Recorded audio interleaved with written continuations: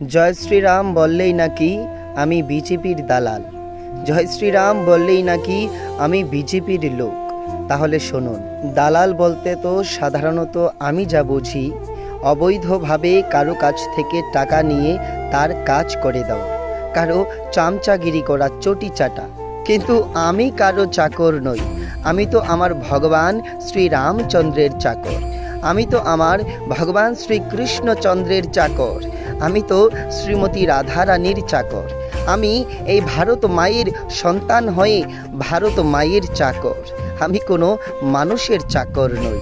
আর হ্যাঁ, শুধুমাত্র বিজেপি কেন, যে কোনো দল যদি রাষ্ট্রের হিতে, রাষ্ট্রের প্রজাগণদের মধ্যে বিভেদ না করে, জাতি ধর্ম বিচার না করে সবাইকে সমদৃষ্টি সম্পন্নভাবে দেখে, সবার মঙ্গল কামনা করে, সবার ভালো কাজ করে, ধর্মের পথে চলে, ন্যায়ের পথে চলে, তাহলে সেই দলেরই আমি সমর্থন করি। এখন বিজেপি যদি এই নীতিতে চলে, তাহলে আমার কি দোষ বলুন? প্রেম সে সবাই মিলে বলুন, জয় শ্রীরাম, জয় ভারত মায়ের জয়।